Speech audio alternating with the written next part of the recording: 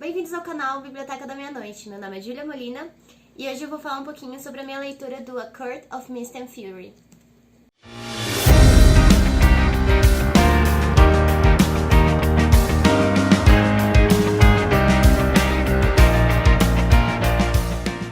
Oi pessoal, como eu disse, hoje eu vou comentar a minha leitura de A Court of Mist and Fury.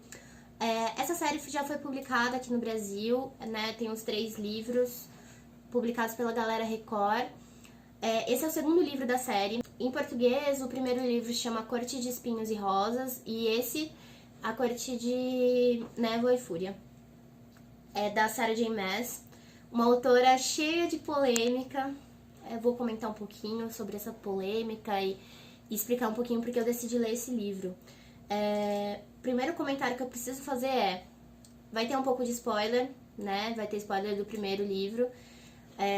Vou tentar não revelar grandes plot points desse segundo, mas talvez não dê, porque tem algumas coisas pra comentar que precisam, né, de spoiler, enfim.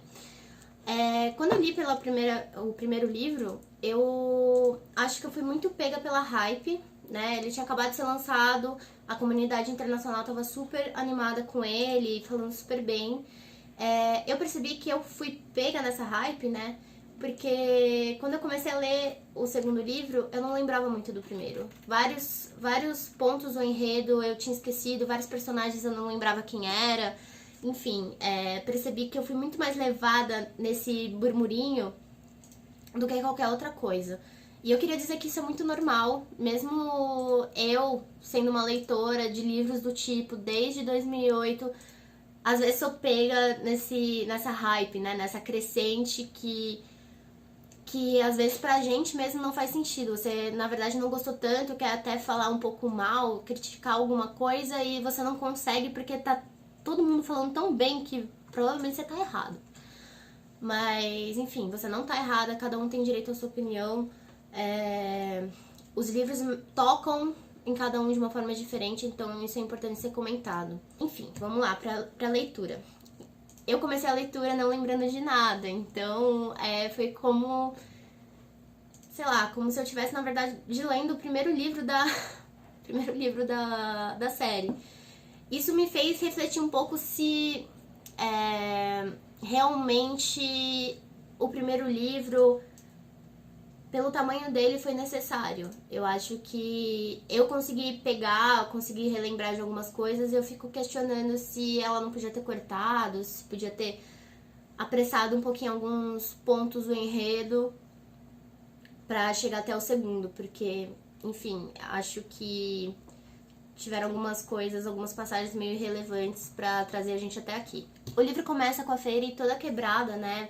Psicologicamente, emocionalmente falando, ela tá com estresse pós-traumático de tudo que aconteceu no primeiro livro. E eu não lembrava o que tinha acontecido no primeiro livro. Então, eu vou contar um pouquinho só pra vocês entenderem. A história do primeiro livro é muito parecida com A Bela e a Fera. A Fera era uma humana, filha de um comerciante que era rico, mas que perdeu tudo, fez negócio errado, enfim. E ela, filha mais jovem, ficou responsável por providenciar alimentos e meio que suprimentos para a sobrevivência da família dela. E ela odeia fadas, né? Ela vive numa cidade que está à borda do muro que separa o mundo das fadas com o mundo humano. Não gosta de fadas, acaba matando uma fada. E a punição para isso é ter que ir até a corte da primavera. E lá ela descobre que o grande Lorde da Primavera tá amaldiçoado. Ela não entende exatamente qual é o papel dela ali, mas com o tempo você descobre que ela tem que se apaixonar, porque, enfim, senão todo mundo vai perder o poder. É meio parecido com a Bela e a Fera mesmo, tá, gente? Durante boa parte do livro ela não consegue nem ver a cara do Tamlin, que é esse grande Lorde da Primavera. E, enfim, ela se apaixona e acaba que a grande vilã que amaldiçoou o Tamlin, que chama Amaranta, ela na verdade é uma das comandantes do exército de um rei de um reino vizinho que quer conquistar, né, o reino das fadas e o mundo humano.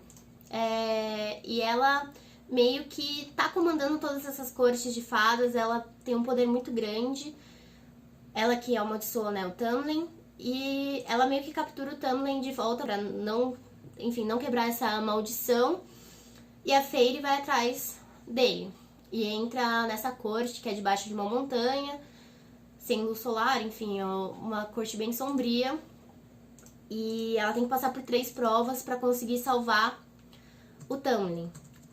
E essas provas são extremamente traumáticas pra ela. Uma delas, ela quase morre porque ela não sabe ler. Ela nunca teve a oportunidade de aprender e ela só consegue passar pelas provas com a ajuda do Rhysand. Rhysand é o grande lorde da corte da noite.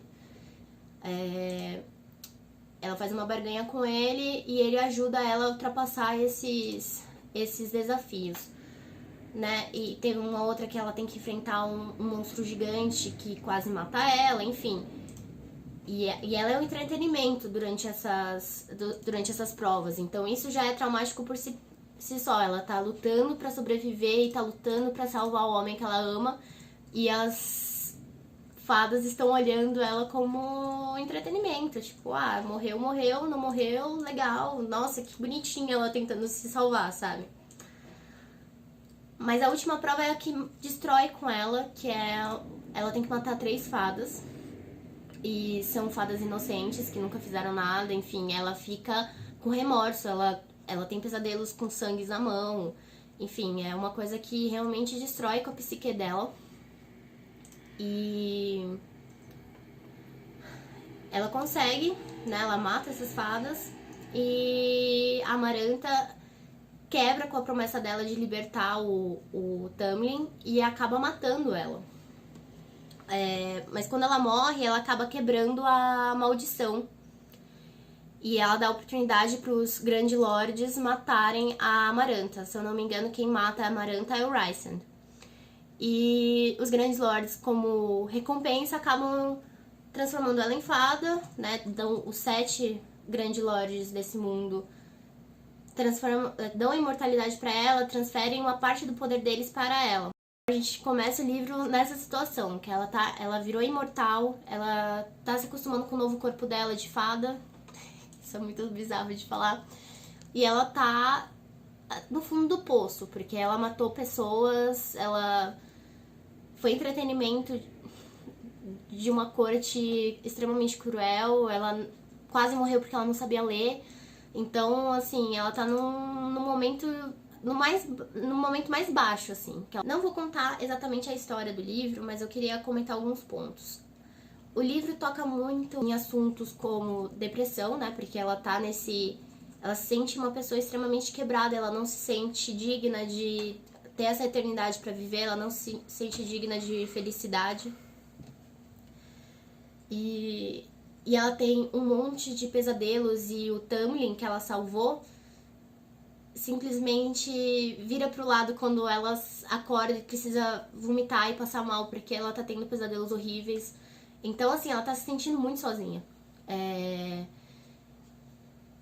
Fala muito sobre relacionamento abusivo, né? Porque o Tamlin não acho que ele não ame a Feyre, eu acho que ele ama, só que ele ama demais, de um modo extremamente possessivo e aprisionador, então ele não deixa ela sair pra lugar nenhum e ela precisa sentir a brisa tocar no rosto dela, ela precisa ver a luz do sol, ela não pode ser presa de novo, sabe? Ela se sente numa gaiola.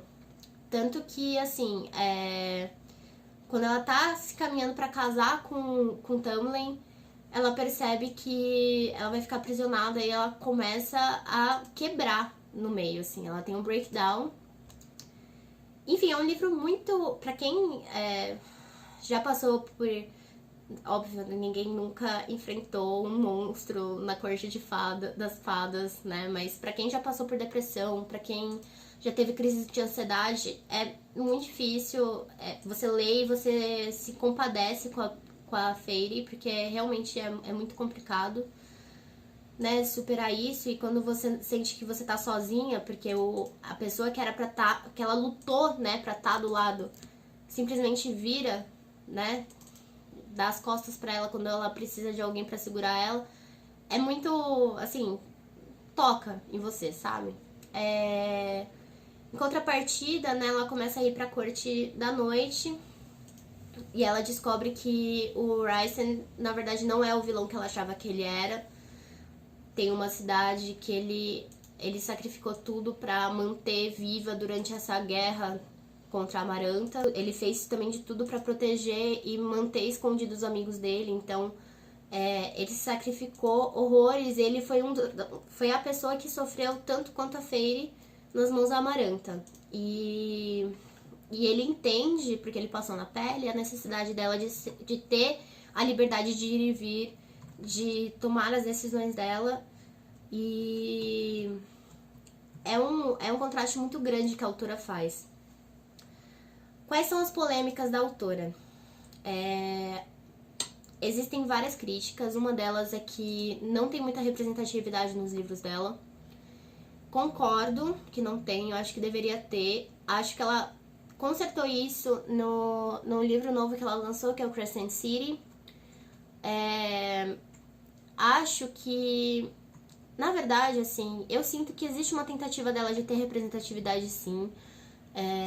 Mas eu acho que ela não se sentiu confortável de falar as coisas como elas são. Então, assim, ela fala que a pessoa tem brown skin, pele marrom, ou fala que é extremamente bronzeado, quando na verdade eu queria falar pele negra e tudo mais. Então eu acho que existiu uma tentativa né, dela ser diversa, mas ela ficou com muito receio de falar as coisas como elas são, na verdade.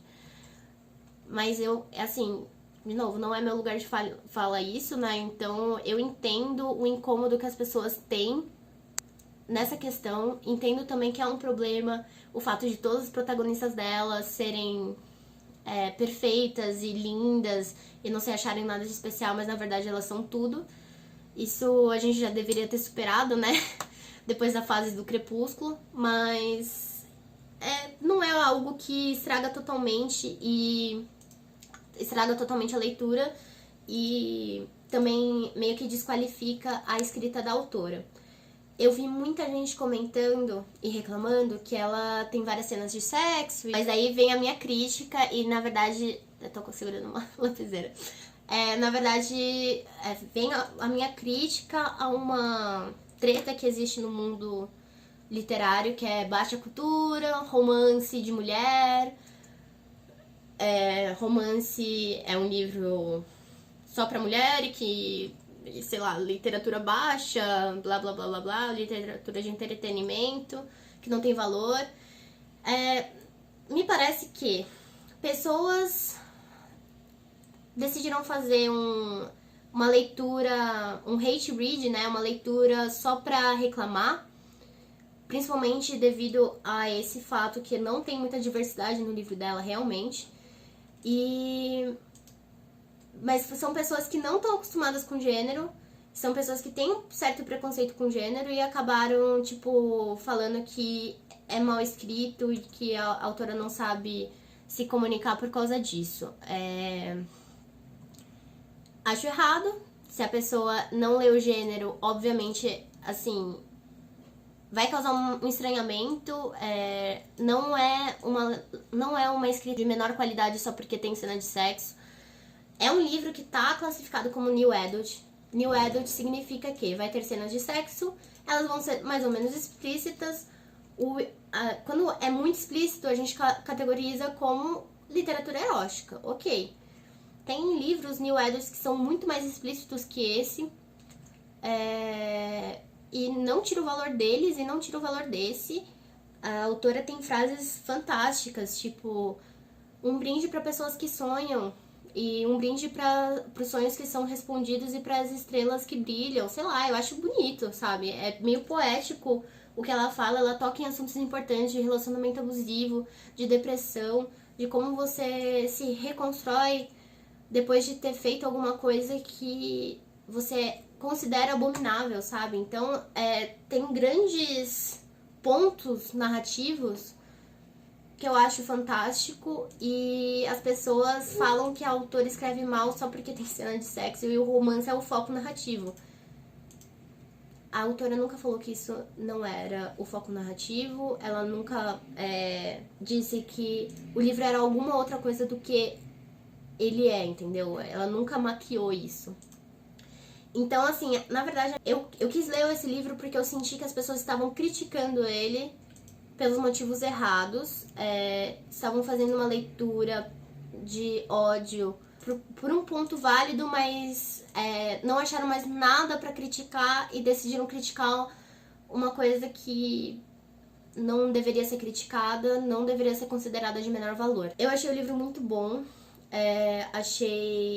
eu fiquei surpreendida, na verdade, porque como eu não lembrava do plot do primeiro livro e eu percebi que eu fui muito mais na hype dele, né? Eu acabei dando uma nota alta, não porque eu realmente gostei do livro, mas porque todo mundo tinha gostado. Eu achei que ia ficar meio que nesse limbo, assim. Eu achei a escrita boa, mas na verdade a minha nota é alta porque tá todo mundo dando nota alta. Não. Eu realmente tô dando uma nota alta porque foi um livro que mexeu comigo, tratou de temas que eu me compadeço com, já passei por algumas situações que me fazem sentir empatia pela personagem principal e pelo Rysand também, porque ele passa por diversas provações na corte da Amaranta para defender aqueles que ele ama. Então, acho que são personagens muito bem construídos, o romance é fofinho, as pessoas reclamaram que as cenas de sexo eram totalmente clichê e mal escrita e tudo mais. Não, gente, é cena de sexo normal. Eu acho que a gente tem que criticar quando os autores pecam no quesito diversidade, representatividade,